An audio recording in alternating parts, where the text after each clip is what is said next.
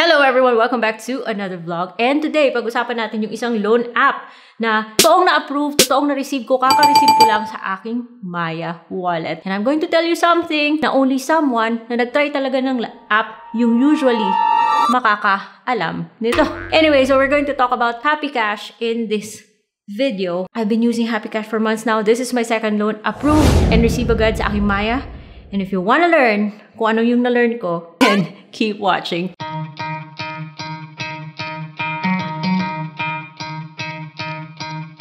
It's Ate here, the original Utang Queen, someone who really tries loan apps for your benefit. No BS, no marketing, just 100% reviews. So kung hindi pa kayo subscribe sa aking channel, subscribe!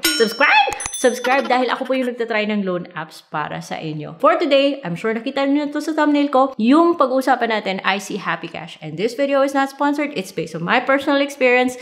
Months na ako may Happy Cash and first reject ako, guys. Okay, I'm gonna come clean. Dalawa po yung numbers ko. They're both mine, naka-sim register sa akin. However, one of these numbers, yun lang yung link sa mga e-wallet. One big tip dito kay Happy Cash. Pag na-reject kayo, the first time you try, di ba magsasabi siya, you can try again after this. Wag niyong ipa-delete yung account nyo, guys.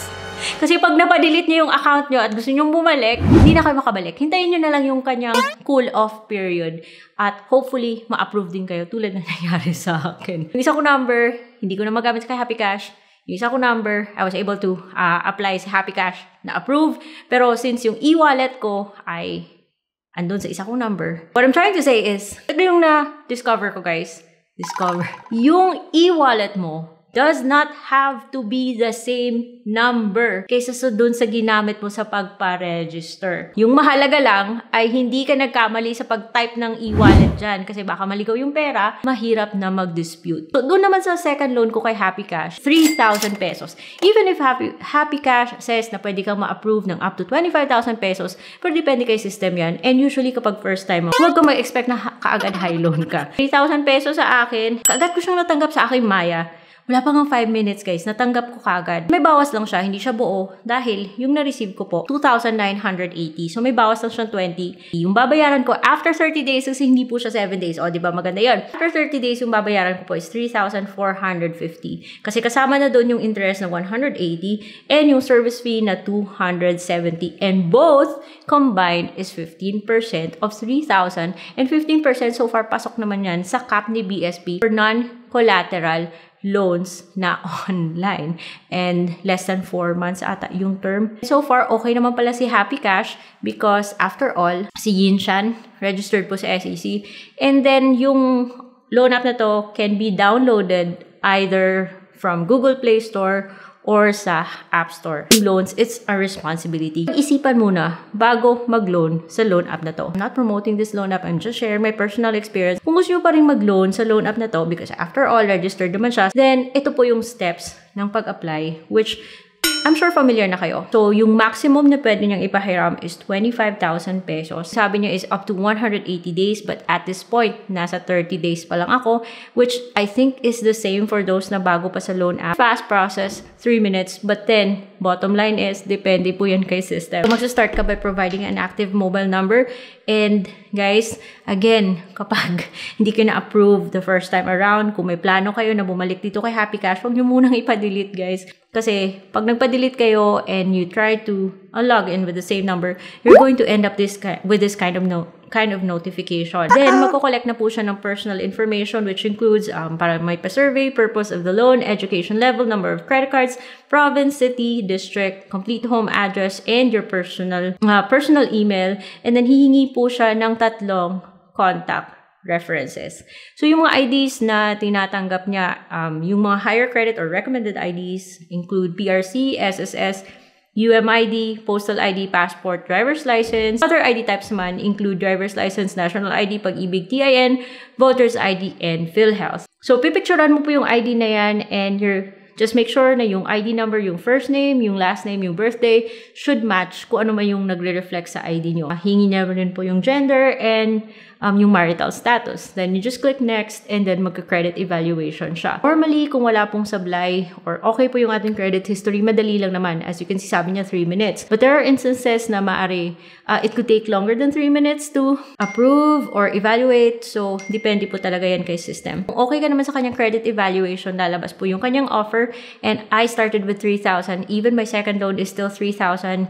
And then, yung sabi niya is 2% per day po yung sa akin. That is why lumalabas na parang 15% yung aking 30 days. And then, loan period, ayan, lumabas na yung 30 to 100. Mayroon lang akong konting feedback kasi I don't know kung typo to or sadya talaga nila what they, ano talaga yung ibig sabihin nila, but they said long period, even if it should be, I think, loan period, but hindi naman yan talagang big deal. No hidden fees. It is very transparent kasi bago mo i-confirm yung loan, makikita mo po yung breakdown. So, for example, dito sa akin, 3,000 po. Yung babayaran mo after 30 days, 3,450. Yung matatanggap is 2,980 kasi kakatas po siya ng 20 pesos na payment fee, which I think is uniform or the same across the board. Ano man yung loan amount mo. Then, pipili ka po ng disbursement account. Of course, kung titake mong loan, mag-a-agree ka dun sa kanyang privacy policy. Yung kanyang withdrawal method, dalawa lang po. Merong GCash, merong Maya. Buti na lang po yung Maya ko tinanggap niya. And like I said kanina, yung ginamit mong number sa pag-apply sa loan app na to doesn't have to match the number ng e-wallet mo. You just have to make sure na accurate po and it is your own account para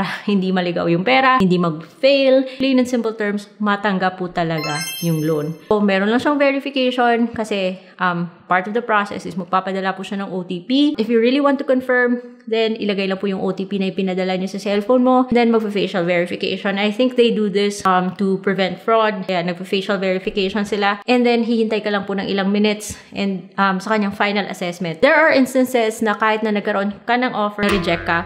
So, pag na-reject ka, bibigyan ka niya ng expiry. To be honest, nakailang try ako, guys. Nag-try ako with the first number na pinadelete ko. Kaya, nung tinry ko yun ulit, yung number na yan, sabi niya, user has been deleted. Hindi ka na pwedeng bumalik with that same number. So, nag-apply ako ng ibang number, guys. And, ito po yung naging offer ko. So, yun. Natanggap ko naman yung loan. And so far, okay naman pala to si Happy Cash. Kaya, sa mga nagsasabi na sinisiraan ko daw yung loan app kapag hindi ako na-approve, no. Kasi, babalikan ko yun eh.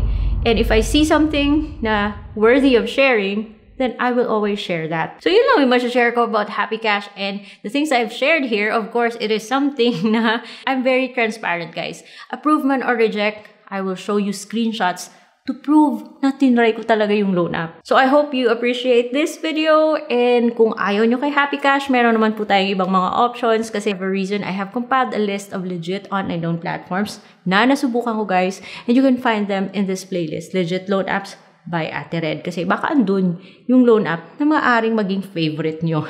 So, that's it for today's video. I will see you on my next one.